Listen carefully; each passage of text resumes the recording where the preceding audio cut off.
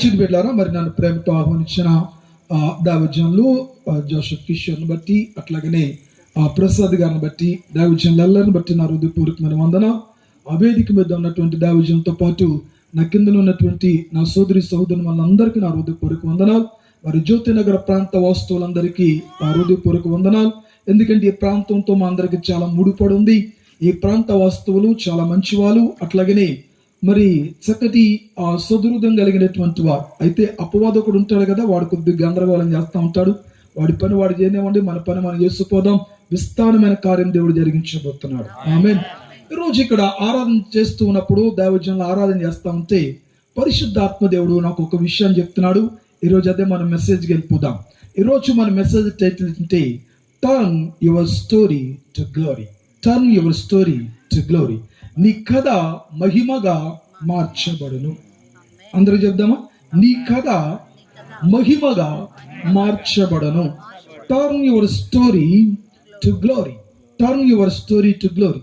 నీ కథ మహిమకరముగా. నమ్మిన వాళ్ళందరూ ఒకసారి స్తోత్రం చేద్దాం. హల్లెలూయా. ఇక్కడ ఉన్నటువంటి వారి యొక్క కథలు, జీవిత చరిత్రలు ఎట్లాగున్నాయో ఇక్కడ కూర్చున్న మనలో పక్క వాళ్ళ గురించి తెలియదు, కానీ జీవిత చరిత్రలో అన్ని ఎరిగినటువంటి దేవుడు మన భవిష్యత్తు ప్రణాళికను రచించదగినట్టు సామర్థ్యము కలిగిన దేవుని మనం ఆరాధన చేస్తున్నాం. అని ఏదైనా చేటుకు సామర్థ్యము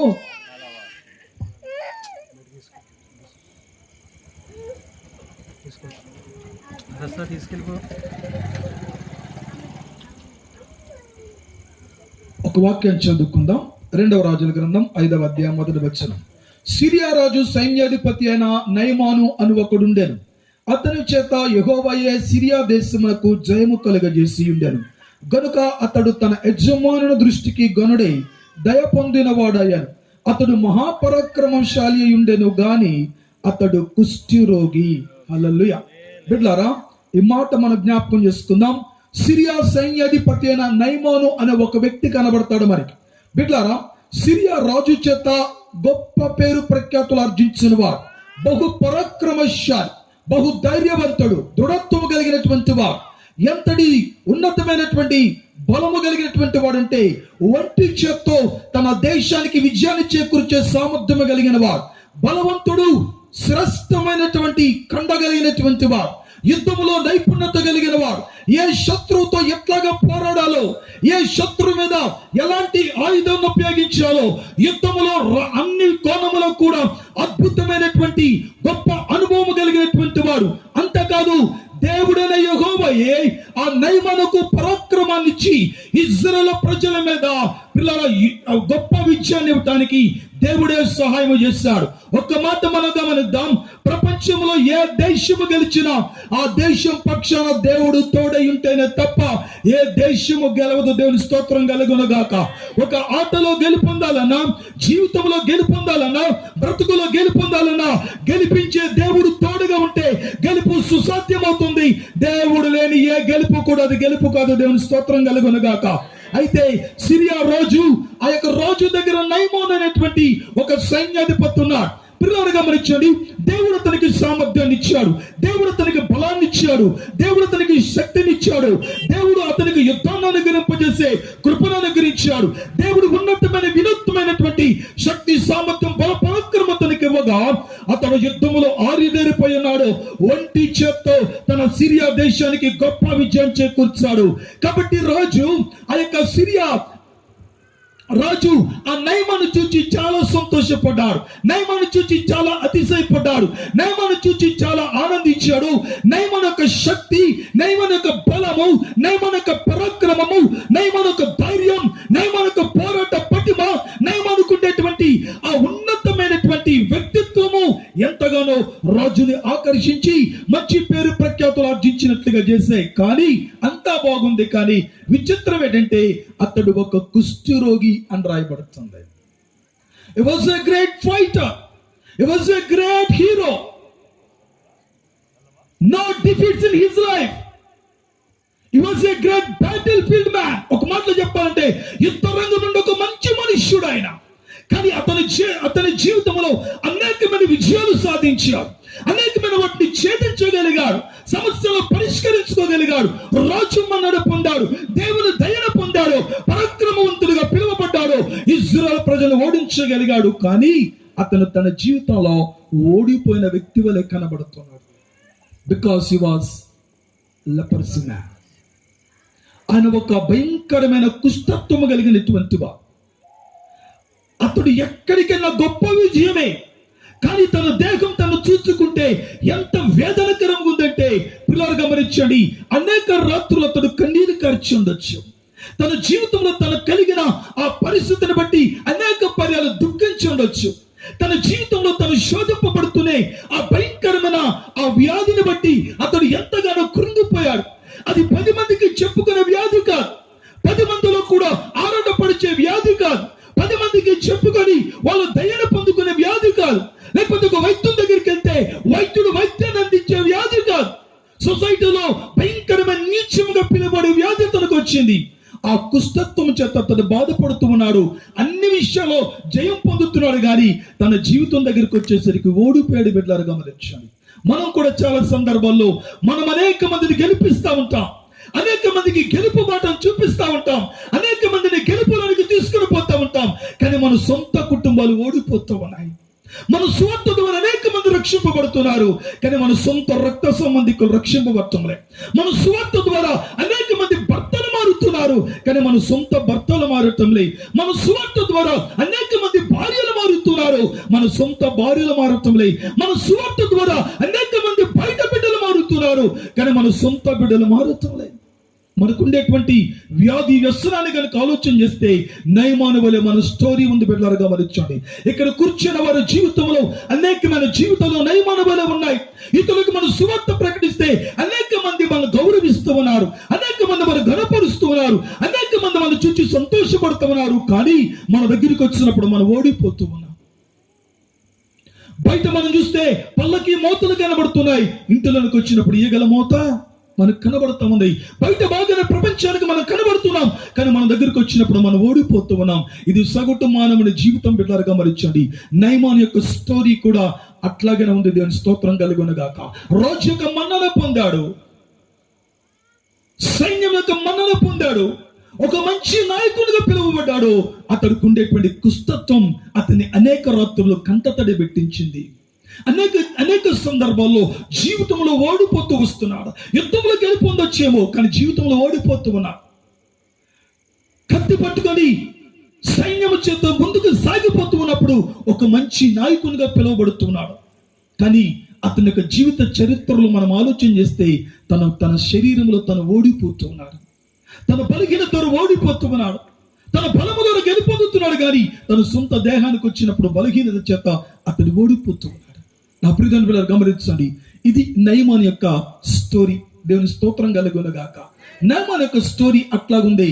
అయితే నేను ఈ రాత్రి ప్రకటిస్తున్న దేవుడు ఆ స్టోరీని గ్లోరీగా మార్చగలడు. ఆమేన్, హల్లెలూయా.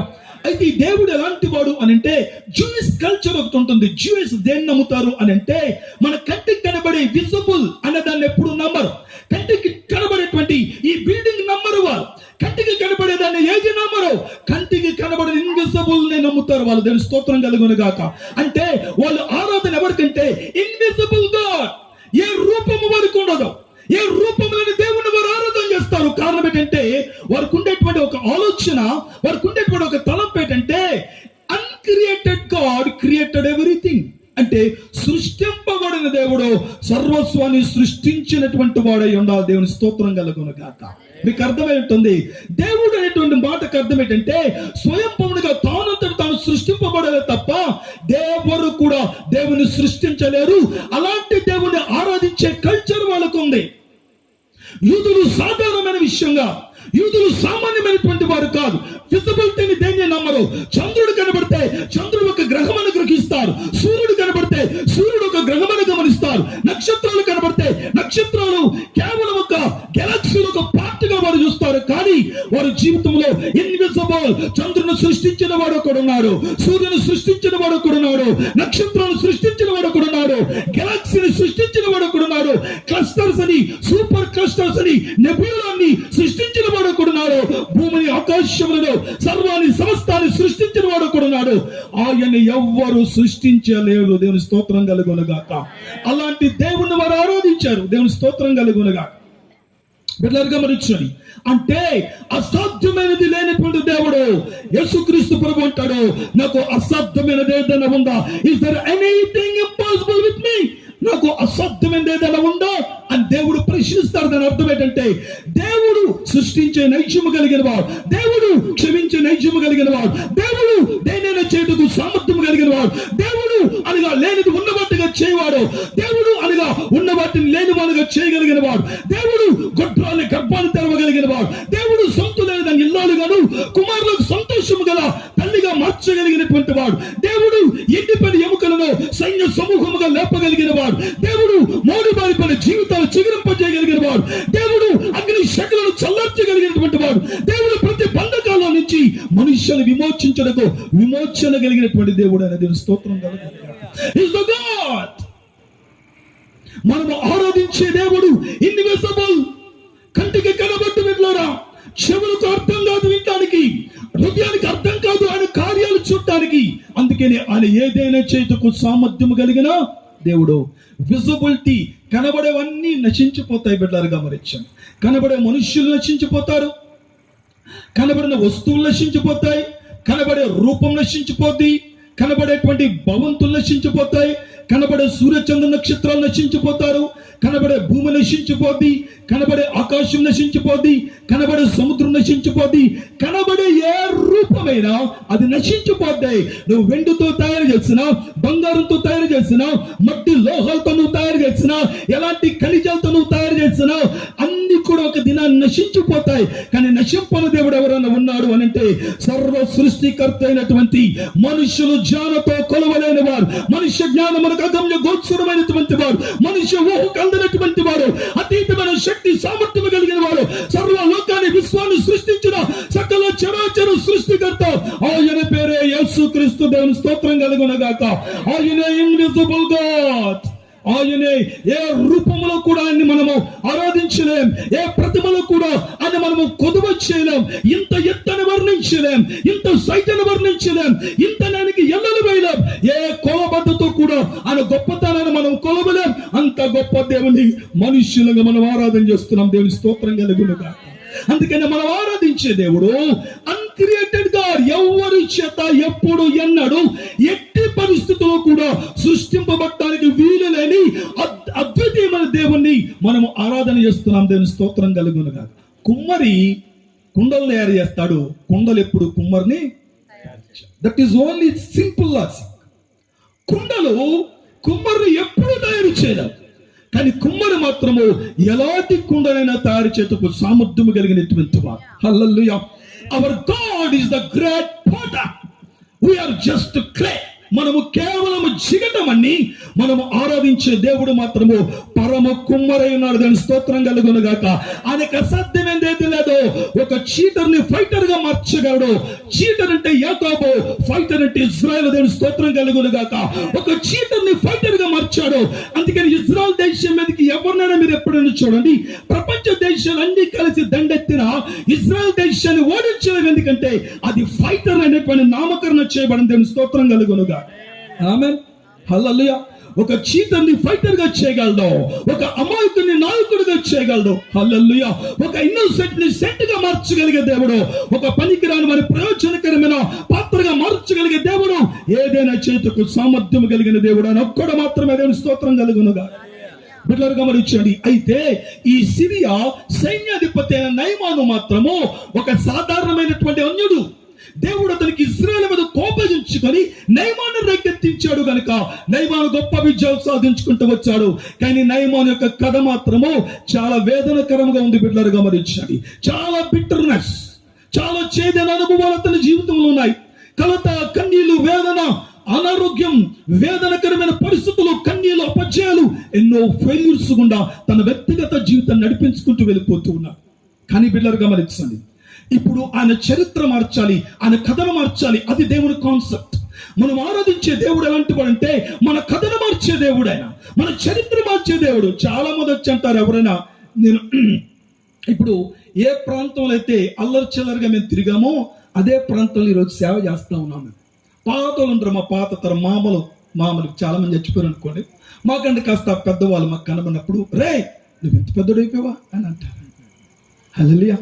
అయితే ఒకవేళ ఆ టైంలో కనుక నాతో పాటు వచ్చే మా విశ్వాసులు కానీ, పరిచారకులు కానీ, మా పెద్దలు కానీ ఎవరో నాతో ఉంటే, ఎవరంటే బాబు ఇంత సింపుల్ గా మాట్లాడేస్తున్నారంటే, అప్పుడు పక్కడు ఏమంటాడంటే, వీడి చరిత్ర అంతా మాకు తెలుసు అంటారు. వీడి చరిత్ర. హల్లెలూయా. నేను ఒక్క మాట చెప్తాను, శ్రద్ధగా వినండి. మన చరిత్ర అంతా తెలిసినటువంటి వాడు మనుష్యుడు, మన భవిష్యత్తు తెలిసినటువంటి వాడు మన దేవుడి స్తోత్రం కలుగును గాక. మన చరిత్ర తెలిసేవాడు మనుష్యుడే, కానీ మన భవిష్యత్తు మనకు తెలియదు. దేవుడు మనకు భవిష్యత్తుని ఇస్తాడు. అందుకనే మన యొక్క స్టోరీ గ్లోరీగా మారిపోద్ది. దేవుని స్తోత్రం కలుగును గాక. ఆమేన్. హల్లెలూయా. మట్టిలో నుంచి మాణిక్యాన్ని తీసుకొని వచ్చే దేవుడే. ఆమేన్. హల్లెలూయా. బిడ్డలారా గమనించండి, మనకి నేల కనబడుతుంది, మట్టి కనబడుతుంది, భూమి లోపల ఉండే ఖనిజాలు సాధారణమైన మనుషునికి కనబడదు.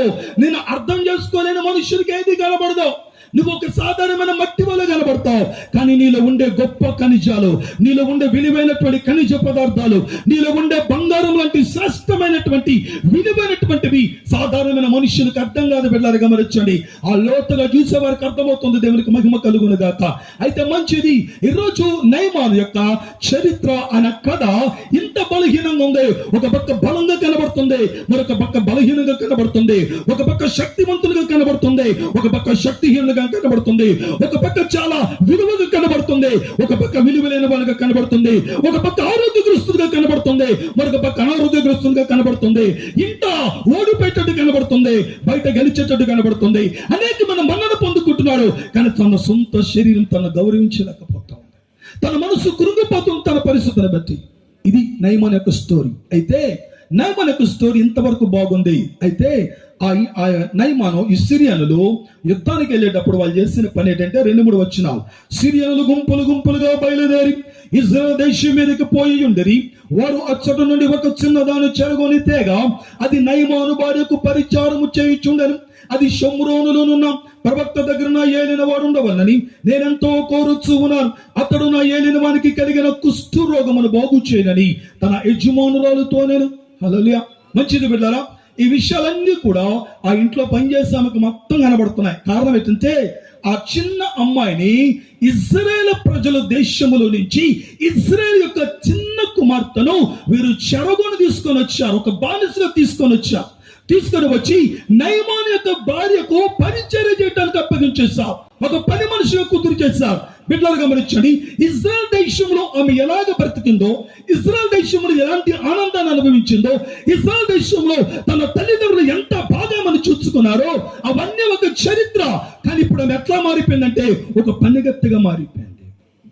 బిడ్డలారా గమనించండి, ఇప్పుడు ఆ పని చేసే ఆమె నయమాను యొక్క రహస్యపు రోగాన్ని, రహస్యపు చింతని, రహస్యపు దుఃఖాన్ని, రహస్యపు వేదనను, రహస్యపు శోధనను, రహస్యపు ఫెయిల్యూర్స్ ని అన్నిటిని కూడా చాలా చక్కగా గ్రహించి ఆమె చాలా చక్కగా తన యజమానురాల దగ్గరికి వెళ్ళండి. నా యజమానురాలా, మేము నమ్మిన దేవుడు గొప్పవాడు, దీని స్తోత్రం కలుగును.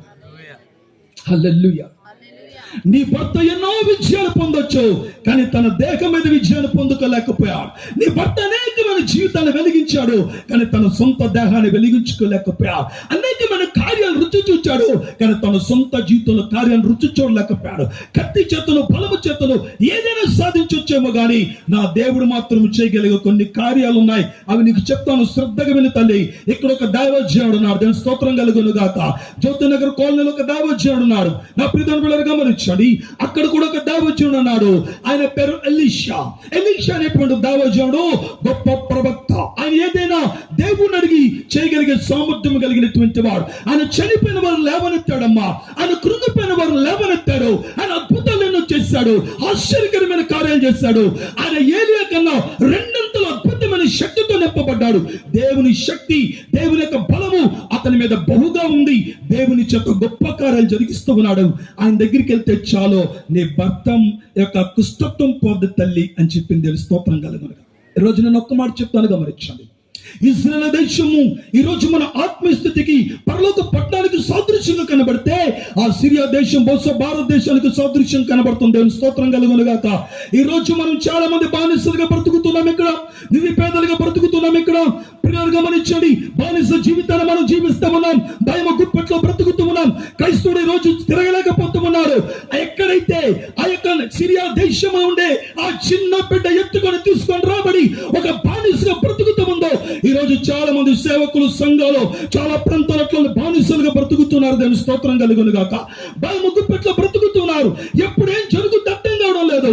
నా ప్రియ దేవుడు గమనించు, క్రైస్తవుడు ఎక్కడ ఉన్న క్రైస్తవుడే, దేవుని బిడ్డ ఏ స్థితిలో ఉన్న దేవుని బిడ్డ, వాడు పేదవాడైనా గొప్పవాడైనా నిరుపేదైనా ఉన్నత స్థాయిలో ఉన్నా, వాడు చదవడైన విద్యలోని పామరుడైనా, వాడికి ఉండే జీవితటే దేవుణ్ణి ప్రకటించి మనుషుల జీవితాన్ని మార్చాలని, అంధత్వాన్ని కుష్ఠత్వాన్ని బాగు చేయండి ఏకైక దృష్టి. దేవుని స్తోత్రం కలుగును గాక. అర్థం కాని వాడు మత ప్రచారం అనుకోవచ్చు, అర్థం కాని వాడు మరొకటి అనుకోవచ్చు, అర్థం కాని వాడు న్యూసెన్స్ అనుకోవచ్చు, కానీ ప్రతి కన్నిటిని చూచి వారు వాడు క్రైస్తవుడు. నా ప్రియమైన బిడ్డ, ఒక త్రాగుబోతు నశించిపోతా ఉంటే నీ పక్కింటోడు చూచి ఆనందించవచ్చు, కానీ క్రైస్తవుడు ఆనందించలేడు, సంఘం ఆనందించలేదు, సేవకుడు ఆనందించలేడు. అలాగే ఓడిపోతున్న కుష్ఠ రోగంతో బాధపడుతున్నటువంటి నయమాను చూసి ఆ క్రైస్తవ చిన్నది వేదన చెందుతూ ఉంది. నా యజమానుడు బాగుండాలి, నా ఇరుగు పొరుగు వాళ్ళు బాగుండాలి, నా పక్కింటి వాళ్ళు బాగుండాలి, అందరూ సంతోషంగా ఉండాలి, అందరూ దేవుని తెలుసుకోవాలి, అందరూ పరలోక రాజ్యాన్ని సంపాదించుకోవాలి అనే తాపత్రం ఎట్లాగైతే ఉందో ఆ చిన్న బిడ్డకు ఒక వేదన వచ్చింది. స్తోత్రం కలుగును. హల్లెలూయా. నా ప్రియమైన బిడ్డ గమనించావు, నీ చదువు, నీ సంస్కారం, నీ అందం, నీ కులం, నీ మతం, నీ తెగ, నీ వర్గం, నీ బంధువులు, నీ దేశం, నీ సామ్రాజ్యం, నీ గొప్పతనం, నీ గొప్ప పలుకుబడి ఇవ్వలేని గొప్ప రక్షణ, విడుదల, స్వస్థత నా యేసుక్రీస్తు ప్రభు మాత్రమే ఇవ్వగలదు. స్తోత్రం కలుగును గాక. ఒక మాట చెప్తాను గమనించండి. ఒక దినాన్ని బిల్ గేట్స్ గురించి మనందరికీ బాగా తెలుసు. గొప్ప మంచి విద్యావంతుడు, సాఫ్ట్వేర్ లో స్కిల్స్, మంచి ఉన్నతమైనటువంటి సాఫ్ట్వేర్ లో, మరి ఒక మాట చెప్పాలంటే అంతటి కూడా వెలికి బయటకు తీసుకొచ్చాడు. సాఫ్ట్వేర్ రంగానికి మరి పితామహుడు పిలుచుకోవచ్చు. బిల్ గేట్స్ ప్రపంచంలో అపరక్కుబేడు కోటీశ్వరుడు బిడ్డలారా. అతడు ఒక రోజు ఎందుకో తెలియని ఒక బలహీనత అతనికి వచ్చింది. అతడు చాలా నిరాశ నిస్పృహ మధ్యలో అతడు ఒక రోజు ఒక సాయంకాల వేళ ఇసుక తెన్నులకు వచ్చి ఆ బీచ్ లో తనకుండేటువంటి బెంచ్ కార్ ని పక్కన పెట్టి టక్కు, టై, సూటు, కోటు, బూటు అన్ని కూడా లోపల పెట్టి చాలా నిరాశ, చాలా నిస్పృహ వచ్చింది. సంతోషం ఎవరు ఎత్తుకుపోయినట్టుగా, ఏదో దొంగతనం చేస్తే ఎట్లాగైతే లూటీ జరిగిపోతావు అట్లాగే తనలో ఉండే జీవితం అంతా కూడా లూటీ జరిగినట్టుగా చాలా వేదనతో నిండిపోయింది అతని జీవితం. చాలా నిరాశ నిస్పృహతో ఆ ఇసుక తెన్నెలు నడుస్తూ ఉంటే ఒక నిరుపేద జాలారి ఈ పాట పాడుకుంటూ ఉన్నా. దానికి ఇంగ్లీష్ లో ఉంటుంది. అయితే ఇంగ్లీష్ లో పాట పాడితే ఇప్పుడు నాకు సరిగ్గా రాదు కనుక మీకు అర్థం కాదు, మీరు పారిపోతారు కనుక ఇంగ్లీష్ లో కాదు, వాడు తెలుగులో పాడితే ఎట్లాగుండో చెప్తాను గమనించాను. అతడు యేసుక్రీస్తు ప్రభునాలు ఉన్నాడు గనక నాకు చెప్పలేని సంతోషం అని పాడుకుంటూ ఉన్నాడు. హల్లెలూయా. చెప్పలేని ఆనందం నా జీవితంలోని పాడుకుంటూ ఉంటే గబగబా బిల్ గేట్స్ ఆ నిరుపేద జాలారి దగ్గరికి వెళ్ళి, ఏ బాబు, నీకే ఈ పాట ఎక్కడి నుంచి వస్తుంది? హృదయంలో నుంచి వస్తుందా లేకపోతే నోట్లో నుంచి వస్తుందా అన్నాడు. లేదయ్యా, నా హృదయంలోంచి వస్తూ ఉంది నా పాట చాలా సంతోషంతో నేను పాడుకుంటూ ఉన్నా, నా నోటి నుంచి కాదు నా హృదయంలోంచి పాట వస్తూ ఉంది అన్నాడు. అరే, నీకేమైనా బెంచ్ కారు ఉందా అన్నాడు. ఊరికాయ గెంజోసుకోవడం తప్పలేదు, నాకు బెంచ్ కారు ఎక్కడ, ఈ భాషలోకి వచ్చాను, గెంజోసుకోవడం తప్పలేదు నన్ను, బాబు బెంచ్ కారు ఎక్కడ వస్తుంది నాకు అన్నాడు. జాలారాలు మాట్లాడతారుగా. మరి నీకేమైనా మంచి ఇల్లు ఉందా అన్నాడు. ఆ పక్కన చూడయా, రే కమలగిరి పని గుడిసే అదే బాబు నాది అన్నాడు. మరి ఏమైనా ఆస్తుపాస్తులు ఉన్నాయన్నాడు. ఏమైనా పక్కన చూడయా, భార్య, ఇద్దరు బిడ్డలు, వాళ్ళు కూడా చిరిగిపోయిన బట్టలు వేసు, వాళ్ళని ఆస్తిపోస్తులయ్యా అన్న. మరి ఎంత ఆనందం నీకు ఎక్కడి నుంచి వచ్చిందిరా అని అడిగాడు.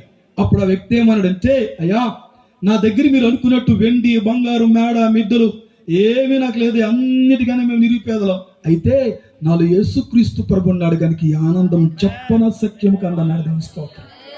అక్కడ తాగిపోలేదు. బిల్ గేట్స్ ఏమన్నాడు తెలుసా? అరే, ఏమీ లేకపోయినా యేసుక్రీస్తు ప్రభుని కలిగి ఉన్నటువంటి ధనవంతుడు నీవు, అన్ని ఉన్న యేసుక్రీస్తు ప్రభు లేని దౌర్భాగ్యుడు, దరిద్రుడు నేను అన్నాడు. స్తోత్రం కలుగునుగా. నిజమైన దారిద్ర్యత అంటే దేవుడు లేని జీవితమే బిడ్డలారా గమనించి. ఎక్కడో దగ్గర తప్పటో అడిగేసి పడిపోతాం. సామర్థ్యం మనిషిని ఎంతకాలం ఏలదో. పిల్లలు గమనించండి, విద్యా బుద్ధులు ఎంతకాలం నిలవవి, వెండి బంగారు మేడ మిద్దులు ఎంతకాలం ఉండవు. హల్లెలూయా. ఆ సత్యాన్ని గ్రహించిన వ్యక్తి ఆయన. అయితే ఈరోజు సిరియాల దండుపేటకి తీసుకొని రాబడినటువంటి ఆ చిన్న కుమార్తె దేవుని స్వర్తమానాన్ని ప్రకటించింది. ఏంటో తెలుసా? నీ రోగానికి మందు ఆయన మాత్రమే. హల్లెలూయా. అందుకనే ఆయన ఏదైనా చేటుకు సామర్థ్యమో కథ మొత్తం మార్చగలటకు ఆయన మాత్రమే సామర్థ్యం కలిగినవా. హల్లెలూయా. నీ జీవితంలో ఒక్క రాత్రి ఏదైనా చేయగలవు. ఈరోజు ఈ మాటలు చెప్తున్నానే. 1993 సంవత్సరం డిసెంబర్ నెల 12వ తారీఖున నేను బాప్తిసం పొందితే దానికి 3 రోజుల ముందు, నేను బాప్తిసానికి ముందు ఒక్క రాత్రి నా జీవితాన్ని మార్చాడు. దేవుని స్తోత్రం కలుగునుగాక.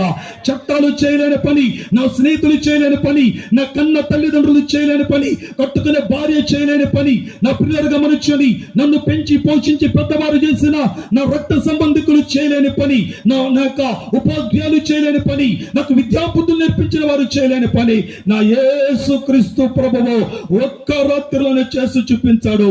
ఆయన ఏదైనా చేయుటకు సామర్థ్యం కలిగిన దేవుడు. ఆయన ఒక్కడు మాత్రమే. ఆయన ప్రకటించడం మన ఆనందం, భాగ్యం, కర్తవ్యం. దాని స్తోత్రం కలుగునుగా. నా పిల్లలు గమనించండి, ఈరోజు పరిశుద్ధాత్మ దేవుడు మనతో మాట్లాడుతున్నాడు. ఆ చిన్న బిడ్డ చెరగొని వచ్చింది. బిడ్డరా, ఈ భారతదేశంలో మనం చెరగొని ఉండొచ్చు, భూమి మీద మనం చెరగొని ఉండొచ్చు, మన నివాసం చేస్తున్న ప్రాంతాల్లో మనము చెరగొని ఉండొచ్చు, ఆధిపత్యం మనకు లేకపోవచ్చు, అనేకల మధ్యలో మనం కృంగిపోయి ఉండొచ్చు, అనేకుల మధ్యలో మనం వేదన చెందుతూ ఉండొచ్చు, అనేక మంది మనం డామినేట్ చేస్తూ ఉండొచ్చు. ఒక సగటు సేవకునిగా, మనుషులకి సేవకునిగానే, దేవునికి నీ సేవకునిగానే పరిగణింపబడి ఉండొచ్చు, నిష్ప్రయోజనకరంగా ఉండొచ్చు, చదువులేని వారుగా ఉండొచ్చు.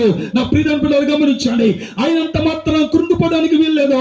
కృంగిపోయిన వారిని లేవనెత్తే భాగ్యాన్ని దేవుడు మనకు అనుగ్రహించాడు. తెలుస్తూ ఆమె తనకుండేటువంటి ఆ ఇజ్రాయెల్ దేశాన్ని గురించి ఆలోచించలే, తన తల్లిదండ్రుల గురించి ఆలోచించలే, తనకున్న సిరి సంపదల గురించి ఆలోచించలే, సుఖభోగాల గురించి ఆలోచించలే. ఎక్కడికి వచ్చినా దేవుని ప్రకటించాలి. అది తనకుండే కర్తవ్యం. స్తోత్రం కలుగునుగా. ఆ చిన్న విషయాన్ని గొప్పగా ఎప్పుడైతే ఆ యొక్క యజమానురాలకు చెప్పిందో, యజమానురాలు నయమానుకు చెప్పింది, నయమానో, నా యజమానుడా, ఇజ్రాయేలు దేవుని పక్షమున ఒక సేవకుడు నిలిచి ఉన్నాడు. ఇజ్రాయేలు పక్షమున తను గొప్ప కార్యములు జరిగించేవాడు, అద్భుత ఆశ్చర్యకరమైన కార్యములు జరిగించేవాడు. ఏ డాక్టరు నీకేమి చేయలేకపోవచ్చు, కానీ దేవుని సేవకుని దగ్గరికి వెళ్తే దేవుడు ఆయన మరుగుపరుచుకొని కార్యం జరిగిస్తాడు. దాని స్తోత్రం. నేను ఒక్క మాట చెప్తాను. ఇక్కడుండే సేవకులు ఎవరైనా మీరు ఎంబీబీఎస్ చదువుకున్నారా? ఎవరైనా సార్ ఎంబీబీఎస్? ఎవరైనా అమ్మ, ఎవరైనా ఎంబీబీఎస్ చదువుకునే వాళ్ళు ఇక్కడ ఉన్నారు? డాక్టర్స్ ఎవరైనా ఉన్నారా? డాక్టర్స్ ఉన్నారా? డాక్టర్స్ ఉంటే దేవుని స్తోత్రం. నేను ఒక్క మాట చెప్తాను.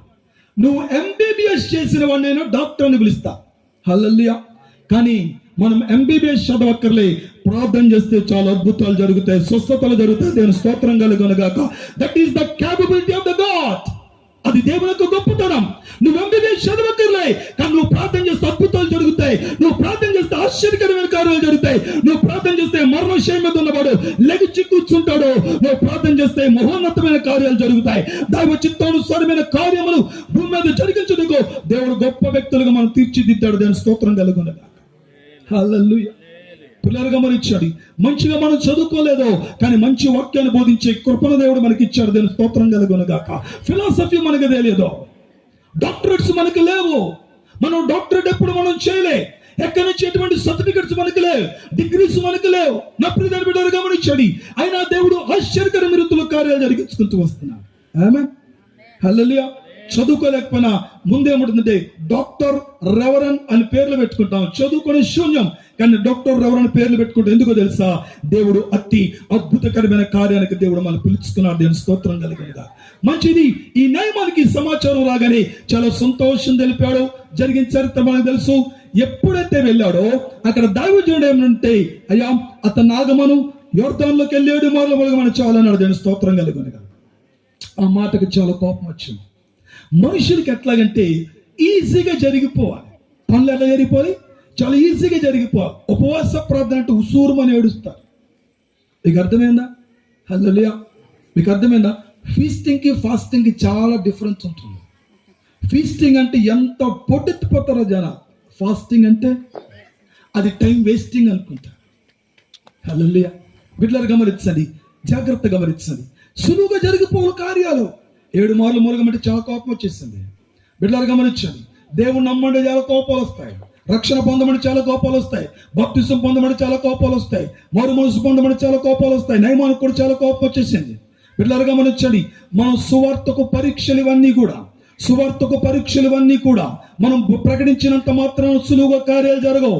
మనం బోధించినంత మాత్రం నెక్స్ట్ డే సోల్స్ విన్ అయిపోవు. కానీ దేవుడు ఏమని పిలుస్తాడంటే, నేను టంగ్స్ టాకర్స్ గాను సోల్స్ విన్నర్స్ గాను దేవుడు మనం దీవిస్తాడు. దాని స్తోత్రం కలుగునుగాక. నా ప్రియమైన బిడ్డ గమనించు, అత్తగారి కోపం వచ్చింది, అతడేదో ఒక అద్భుతం చేస్తాడు, నా కుష్ఠత్వం మీద అతను చేతులు ఆడిస్తే స్వస్థత జరుగుద్ది అనుకున్నాను. కానీ అతడేంటి నదిలోనికి వెళ్ళి ములగమన్నాడు. చాలా నదులు ఉన్నాయి ఇజ్రాయెల్ దేశంలో, అక్కడికి వెళ్ళి ములిగితే అయిపోయేది కదా అని చాలా కోపగించుకొని ఆ నీటి దగ్గరికి వెళ్లకుండా వెళ్ళిపోతా ఉంటే, ఆ రథాన్ని తోలే రథసారథి ఏమన్నాడంటే, అయ్యా అతడు గొప్ప పని చేయమని చేయవా నువ్వు? అని ఏమైనా వెండి బంగారం అడిగాడా? దేవుడు ఏమైనా వెండి బంగారం కోరుకునేవాడా? సర్వము ఆయన దేవుడు స్తోత్రం కలుగునుగాక. నేను ఒక్క మాట చెప్తాను, శ్రద్ధగా వినండి. మనము ఆరాధించే దేవుడికి ఏ గుడి సరిపోదు. ఆమేన్. మనం ఆరాధించే దేవుడికి ఏ ప్రాంతం సరిపోదు. ఎందుకంటే ఆకాశం ఆయన సింహాసనము, భూమి ఆయన పాదాలు ఉంచుకునేటువంటి పాదపీఠం. దేవుని స్తోత్రం కలుగునుగాక. కొలవలేని దేవుడు, ఆమేన్, కొలవలేని ఊహించలేని దేవుడు మనం ఆరాధన చేస్తున్నాం. ఎక్కడ నువ్వు ఆయన కొరకు గుడి కట్టగలవు? ఎక్కడ ఆయన కొరకు నువ్వు ప్రాంతాన్ని సిద్ధపరచగలవు? ఏ ప్రాంతంలో ఆయన చూపించుకోగలవు? నేను ఒక్క మాట చెప్తాను, ఆయన ఎక్కడ కూడా సూటబుల్ కాదు. ఆమేన్. ఆకాశంలో సూటబుల్ కాదు, భూమి మీద సూటబుల్ కాదు, పాతాళంలో సూటబుల్ కాదు, పరలోకంలో సూటబుల్ కాదు, ఎక్కడ నివాసం చేయడానికి ఆయన సూటబుల్ కాదు. కానీ ఈరోజు గొప్ప సువార్త చెప్తాను గమనించండి, ఆయన ఎక్కడ నివాసం చేయడానికి సూటబుల్ కాదు. కానీ క్రైస్తవ జీవితంలో మాత్రము నివాసము చేయడానికి ఆయన కోరుకుంటున్నాడు. అందుకనే క్రైస్తవులు మనుష్యులు కాదు, వారు దేవుని దేవాలయంగా పిలువబడుతున్నారు. దేవుని స్తోత్రం. ఆయన కొలువు ఉండేటువంటి ప్రాంతం మానవ హృదయం. దేవుని స్తోత్రం కలుగును. ఆయన వెండి అడిగాడా? లేదయా. బంగారం అడిగాడా? లేదయా. వస్త్రాలు అడిగాడా? లేదయా. ఉపనిషత్తులు అడిగాడా? లేదయా. మరొకటి అడిగాడా? లేదయా. నీ విద్యను అడిగాడా? లేదయా. నీ మేడ విద్యను అడిగాడా? లేదయా. ఏమడిగాడు? ఏమీ అడగలే. కేవలం నీటిలో బాప్తిసం పొందమాడు, మొలగమన్నాడు, అంతే కదా. చాలా సులువైన మార్గం కదయ్యా. హల్లెలూయా. పిల్లలు గమనించారు, చాలా సులువైన మార్గం కదయ్యా. ఎప్పుడైతే ఈ మాట ఆ యొక్క రథసారథి దగ్గర నుంచి మాట వచ్చిందో, వెంటనే అతనికి గొప్ప ఉన్నతమైన ఆలోచన వచ్చింది. నిజమే కదా, ఒక చిన్న విషయమే నేను ఎందుకు గొప్పగా నేను ఆలోచించాలి. మారు మనసు అనేది ఒక చిన్న విషయమే. పాపాన్ని విడిచిపెట్టడం చాలా చిన్న విషయమే. లోకాన్ని విడిచిపెట్టడం చాలా చిన్న విషయాన్ని, అక్రమ సంబంధం విడిచిపెట్టడం చాలా చిన్న విషయం. దేవుని దగ్గరికి వస్తే ఒక్క క్షణంలో మారుస్తాడు. నీ దృష్టిలో భూతత్వంలో చూస్తే గొప్పగా కనబడొచ్చు. నా ప్రియులారు గమనించండి, 93వ సంవత్సరంలో నేను సినిమా థియేటర్ని విడిచిపెట్టాను. 93వ సంవత్సరంలో కోటర్ బోటలు విడిచిపెట్టాను. 93వ సంవత్సరంలో వినోదాలు విడిచిపెట్టాను. 93వ సంవత్సరంలో పాపానికి ప్రోత్సహించే స్నేహితులను విడిచిపెట్టాను. ఈ రోజుకి మరలా అవి ఎక్కడుంటావు, ఎలాగుంటావో ఎరగని జీవితాన్ని ఇచ్చినటువంటి వాడు నా దేవుడు మాత్రమే. దేవుని స్తోత్రం కలుగునుగాక. మన స్టోరీని గ్లోరీగా మారుస్తాడు. చెత్త హృదయాన్ని సరికొత్త జీవితంతో నింపగలిగే దేవుడు ఆయన. మారా బ్రతుకుని మార్చగలడు, బిట్టర్ని బెటర్ఫుల్ లైఫ్ ఇవ్వగలడు. దేవుని స్తోత్రం కలుగునుగాక. ఆమేన్. అలాంటి గొప్ప దేవుని కలిగి ఉన్నాం బిడ్డలారా. మన దేవుని ఆరాధించట రోషం, పౌరుషం. దేవుని స్తోత్రం కలుగు.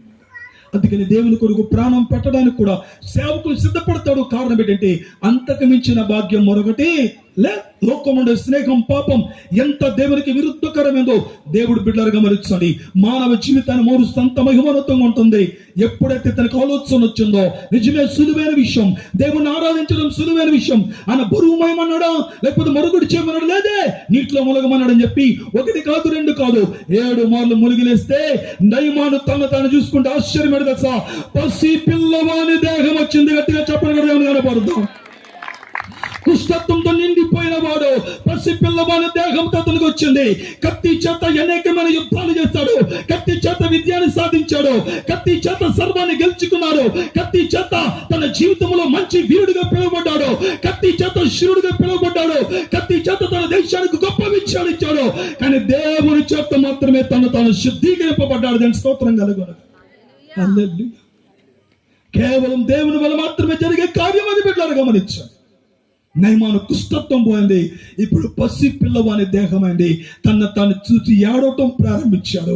అరే, ఈ దేవుణ్ణి తృణీకరించానే, ఈ దేవుణ్ణి నేను గణహీనపరిచానే, ఈ దేవుణ్ణి తూలనాడానే, ఈ దేవుణ్ణి ఆరాధించేటువంటి కుమార్తెను తీసుకొని వచ్చి నా ఇంటిలో ఒక పని మనిషిగా పెట్టుకున్నానే, తన వయస్సును కూడా నేను చూసి అరే చిన్న బిడ్డను కూడా ఆలోచించలేనే, దుర్భాషలాడాను, వసే అని పిలిచాను, భయంకరంగా తిట్టాలనేక పర్యాలలో కోపం చేత నా భార్య కూడా ఎన్ని దినాలు, ఎన్ని నెలలు, ఎన్ని పర్యాలు ఆ కుమార్తెను గాయపరిచిందో అని చెప్పి ఆ కుమార్తెకు తన జీవితంలో విలువైనటువంటి స్థానాన్ని ఇచ్చాడు. దాని స్తోత్రం కలుగును గాక.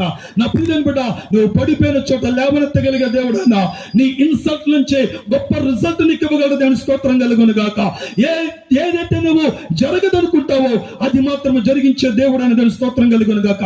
1,00,000 రూపాయల ఉద్యోగస్తుడుంటే ఆ 1,00,000 రూపాయల ఉద్యోగస్తుల యొక్క పిల్లలు గాని తన భార్య గాని లక్షణంగా గొప్ప విలువైన కోరుకుంటారు. కారణం ఏంటంటే తన భర్త లక్షాధికారి, తన తండ్రి 1,00,000ధికారి జీతగాడు. 10,000 రూపాయలు సంపాదించుకునే వాడి కుటుంబము 10,000కు పరిమితి ఉంటుంది. 20,000 సంపాదించుకునే వాడికి 20,000 ఉంటాయి. పిల్లలు గమనించండి, 1,00,00,000 రూపాయలు సంపాదించుకునే వాడికి 1,00,00,000 ఆశలు పడుకుంటాయి. కానీ నేను ఒక్క మాట చెప్తాను, గమనించండి. 1,00,00,000 కలిగినటువంటి వాడికి ఎలాంటి ఆశలు ఉన్నాయో, 10,000 కలిగిన వాడు ఎలాంటి ఆశలు ఉన్నాయో నాకు తెలియదు. కానీ దేవుని మీద ఆశ పెట్టుకున్నామా అతీతమైన కార్యాలు జరుగుతాయి. దేవుని స్తోత్రం కలుగును గాక. వైద్యులు చేయలేని పని, ఉద్యోగం చేయలేని పని, సొసైటీ చేయలేని పని, చట్టాలు చేయలేని పని, న్యాయ వ్యవస్థ చేయలేని పని, మనుషులు చేయలేని పని, మనుగడు చేయలేని పని, మనం కల్పించుకునే కల్పనా కథలో ఏమీ చేయలేని పని ఒక్క దేవుని వల్ల మాత్రమే జరుగుతుంది.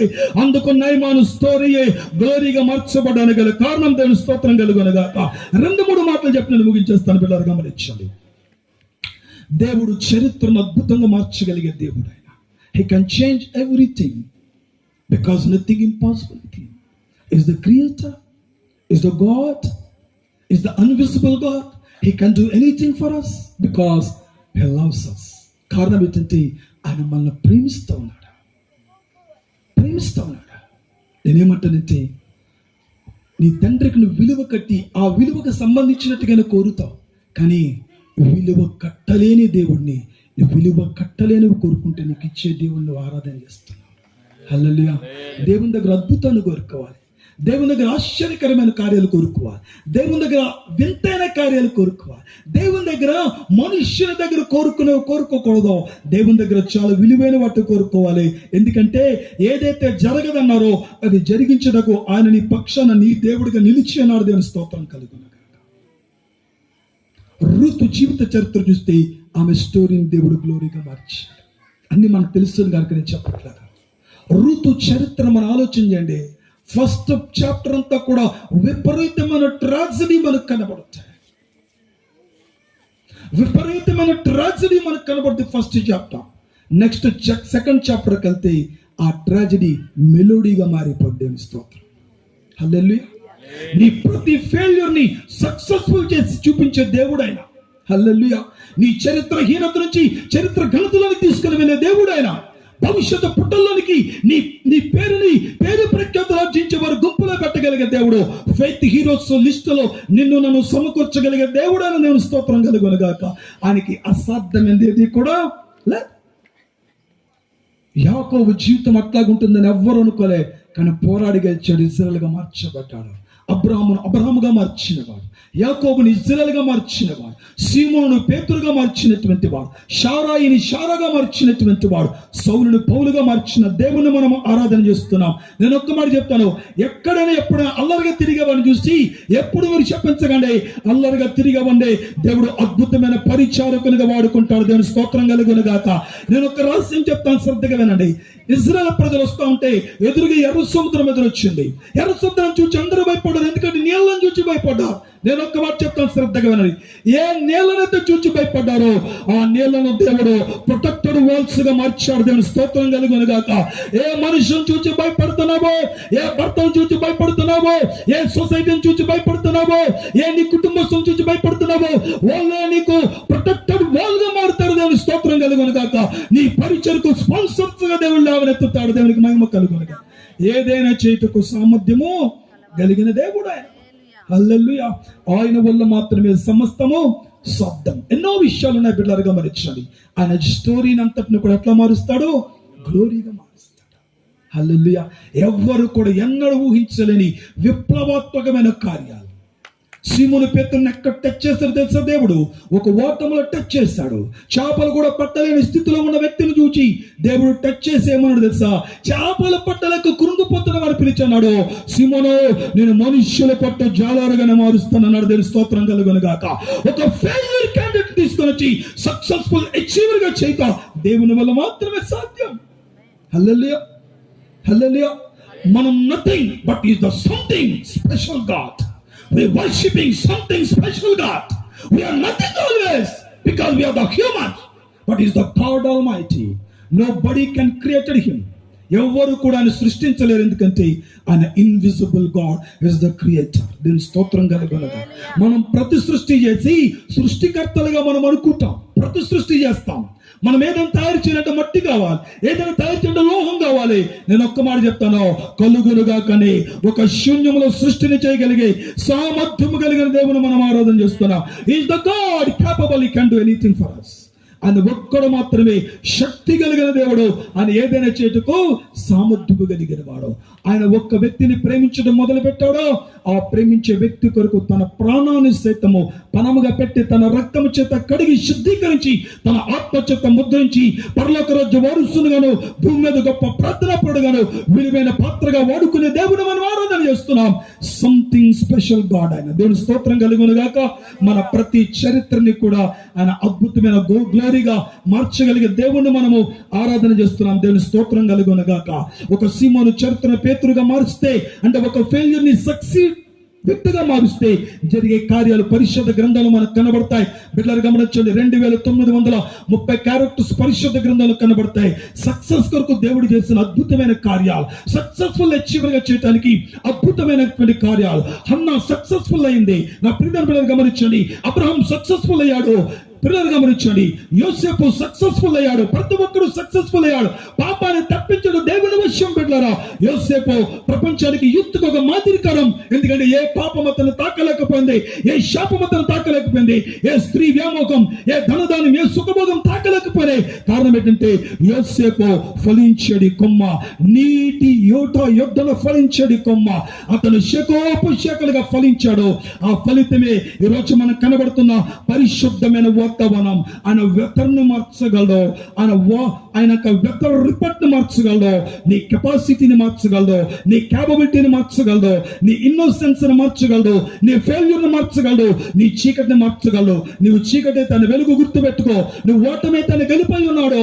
నా ప్రియమైన నువ్వు మనుష్యుడు అయితే ఆయన నేను తీర్చిదిద్దగలిగే సామర్థ్యం కలిగిన దేవుడై ఉన్నాడు. ఆ దేవాతి దేవుని కలిగి ఉండటం మన భాగ్యం. ఆయన మన చరిత్రను అద్భుతంగా మార్చగలడు. ఇది changer of our story to the glory. దేవుడి మాటలు దీవించును గాక. ఆమేన్.